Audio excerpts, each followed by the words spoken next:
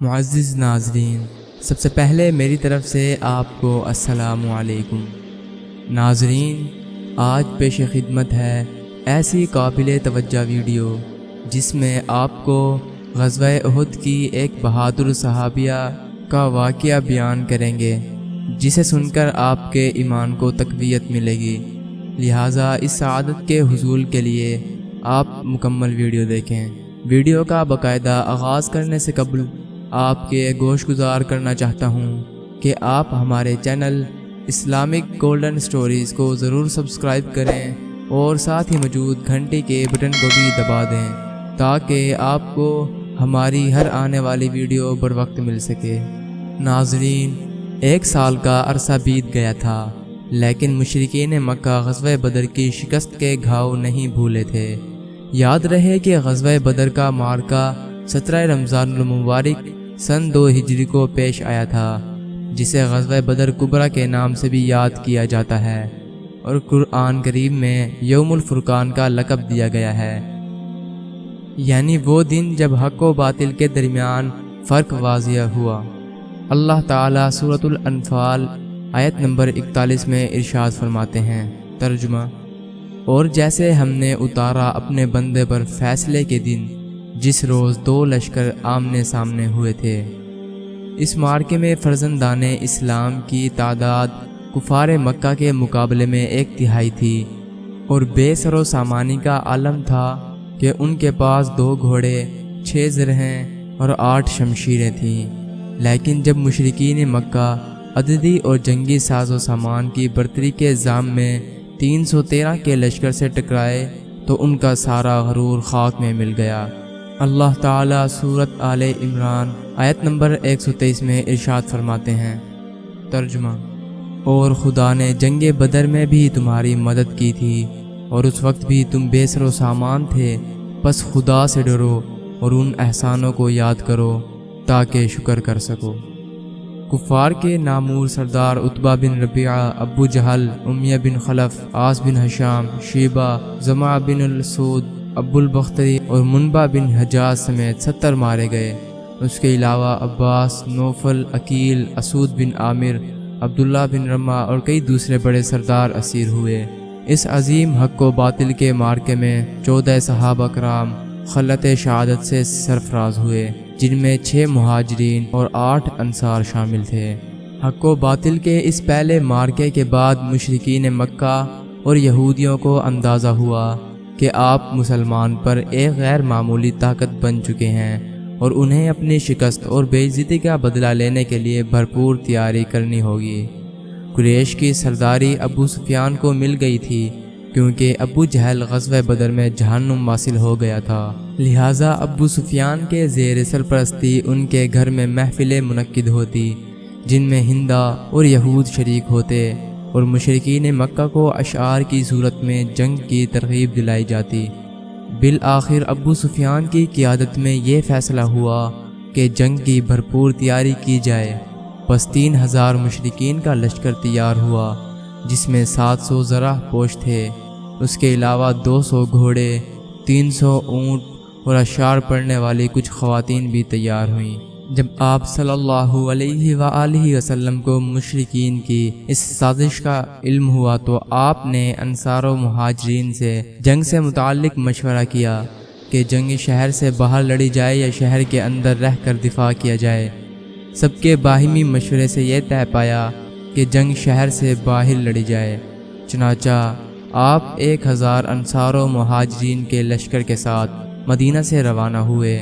شوط کے مقام پر منافق عبداللہ بن ابی 300 سواروں کے ساتھ یہ بہانہ بنا کر جنگ سے علیحدہ ہوا کہ شہر کے اندر رہ کر جنگ لڑنے کا ان کا مشورہ رد کیا گیا۔ ماہ شوال سن 3 ہجری کو دونوں فوجیں احد کی پہاڑی کے دامن میں آمنے سامنے آ گئی۔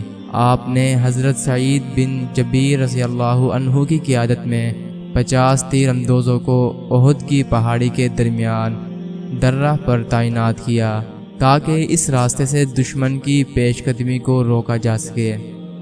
جنگ کے آغاز ہی سے مسلمانوں کا پلڑا بھاری رہا، کئی مشرکین مارے گئے اور باقی حوصلہ ہار کر بھاگنے لگے۔ یہ حال دیکھ کر مسلمانوں نے سمجھا کہ وہ جنگ جیت گئے ہیں، اور درہ پر تعینات صحابہ نے آپ کی ہدایت کو فراموش کیا اور درہ سے نیچے مال غنیمت اکٹھا کرنے کے لیے اتر آئے۔ صرف 10 صحابہ درہ پر رہ گئے۔ خالد بن ولید نے جب درے کو خالی دیکھا تو پلٹ کر مسلمانوں پر پیچھے سے حملہ کیا۔ یاد رہے اس وقت وہ مشرف باسلام نہیں ہوئے تھے۔ اسی اثنا میں یہ افواہ پھیل گئی کہ آپ صلی اللہ علیہ وآلہ وسلم نعوذ باللہ شہید ہو گئے، جس سے صحابہ کرام کے حوصلے مزید پست ہوئے۔ جو صحابہ کرام آپ کے ساتھ رہ گئے تھے انہوں نے بھرپور مزاحمت اور حفاظت کی۔ اس دوران آپ کے دندان مبارک بھی شہید ہوئے۔ اس بارے میں اللہ تعالی سورہ آل عمران آیت نمبر 153 میں ارشاد فرماتے ہیں۔ ترجمہ: وہ وقت بھی یاد کرنے کے لائق ہے جب تم لوگ دور بھاگے جاتے تھے اور کسی کو پیچھے پھر کر نہیں دیکھتے تھے، اور رسول اللہ تم کو تمہارے پیچھے کھڑے بلا رہے تھے، تو خدا نے تم کو غم پر غم پہنچایا، تاکہ جو چیز تمہارے ہاتھ سے جاتی رہے یا جو مصیبت تم پر واقع ہوئی ہے اس سے تم اندوہناک نہ ہو، اور خدا تمہارے سب اعمال سے خبردار ہے۔ آپ کی حفاظت پر معمور صحابہ کرام کے ہمراہ حضرت عمارہ رضی اللہ عنہ بھی تھی، جو اپنے شوہر حضرت زید بن عاصم رضی اللہ عنہ اور 2 بیٹوں کے ہمراہ شریک ہوئی تھی۔ آپ کے والد کا نام کعب بن عمرو بن عوف اور مادر گرامی رباب بنت عبداللہ تھی۔ دونوں کا تعلق قبیلہ بن خزرج سے تھا، جو ظہور اسلام سے قبل مدینے میں اکثریتی قبیلہ تھا۔ یاد رہے کہ بیعت عقبہ ثانیہ میں جن 75 افراد نے اسلام قبول فرمایا تھا ان میں 64 افراد کا تعلق بنو خزرج سے تھا، جن میں ایک آپ رضی اللہ عنہا بھی شامل تھی۔ جنگ کے ابتدا میں آپ مشک بھر کر مجاہدین کو پانی پلاتی رہیں، لیکن جب احد کی لڑائی میں مسلمانوں کے پاؤں لڑکھڑا گئے، آپ صلی اللہ علیہ وآلہ وسلم زخمی ہو گئے اور کفار مکہ نے مسلمانوں پر اپنا گھیرا تنگ کر دیا، تو اس انتہائی نازک صورتحال میں آپ نے نبی اکرم صلی اللہ علیہ وآلہ وسلم کا بھرپور دفاع کیا اور شمشیر زنی کا ناقابل فراموش مظاہرہ کیا۔ آپ رضی اللہ عنہ کفار کے تیر و تلوار کے ہر ایک وار کو روکتی رہیں۔ آپ کے سر اور گردن پر درجن سے زائد گھاؤ آئے، لیکن آپ رضی اللہ عنہ سینہ سپر ہو کر کھڑی رہی۔ جب ملعون ابن کمیہ نے آپ صلی اللہ علیہ وآلہ وسلم پر تلوار کا وار کیا تو حضرت عمارہ رضی اللہ عنہ سامنے آ گئی اور اپنے بدن پر وار کو روکا، جس سے ان کے کندھے پر گہرا گھاؤ آیا۔ پھر آپ رضی اللہ عنہ نے آگے بڑھ کر ملعون ابن کمیہ پر تلوار کا زوردار وار کیا، مگر دوہری زرہ پہننے کی وجہ سے بچ کر بھاگ نکلا۔ یہ وہی ملعون تھا جس نے اسلامی لشکر کے علمدار حضرت مصعب بن عمیر رضی اللہ عنہ کو شہید کیا تھا۔ جنگ کے دوران جب حضرت عمارہ کا بیٹا حضرت عبداللہ زخمی ہوا اور خون مسلسل بہتا جا رہا تھا تو آپ نے اپنا کپڑا پھاڑ کر زخم پر باندھا اور کہا، بیٹا اٹھو اور جہاد میں مشغول ہو جاؤ۔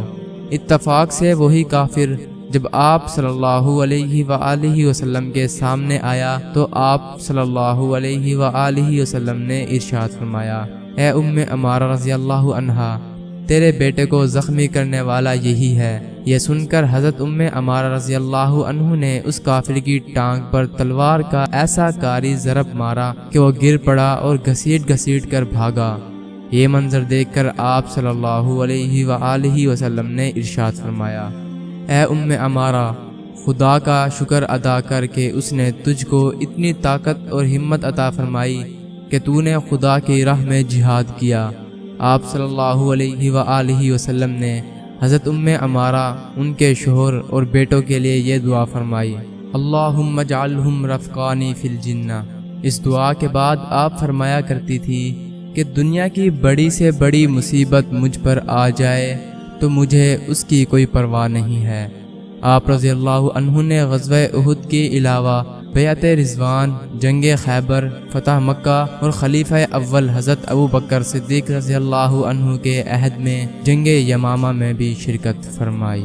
میری اللہ سے دعا ہے کہ اللہ تعالی ہمارے اندر صحابہ اور صحابیات جیسا جذبہ ایمانی عطا فرمائے، آمین۔ ناظرین، مجھے امید ہے کہ آپ کو ہماری آج کی کاوش بہت پسند آئے گی، چنانچہ آپ اپنی محبت کا اظہار کرتے ہوئے ہماری اس ویڈیو کو ضرور لائک کر دیجئے، کمنٹ میں آپ اپنی رائے کا اظہار کیجئے اور اس ویڈیو کو صدقہ جاریہ سمجھتے ہوئے اپنے عزیز و اقارب، دوستوں اور احباب کے ساتھ زیادہ سے زیادہ شیئر کیجئے۔ اگر آپ ایسی اسلامی معلوماتی ویڈیو دیکھنا چاہتے ہیں تو ہمارے ساتھ جڑے رہیں۔ جن ناظرین نے ابھی تک ہمارا چینل سبسکرائب نہیں کیا تو جلدی سے ہمارا چینل سبسکرائب کر دیجئے۔ مجھے اجازت دیجئے۔ والسلام ورحمۃ اللہ وبرکاتہ۔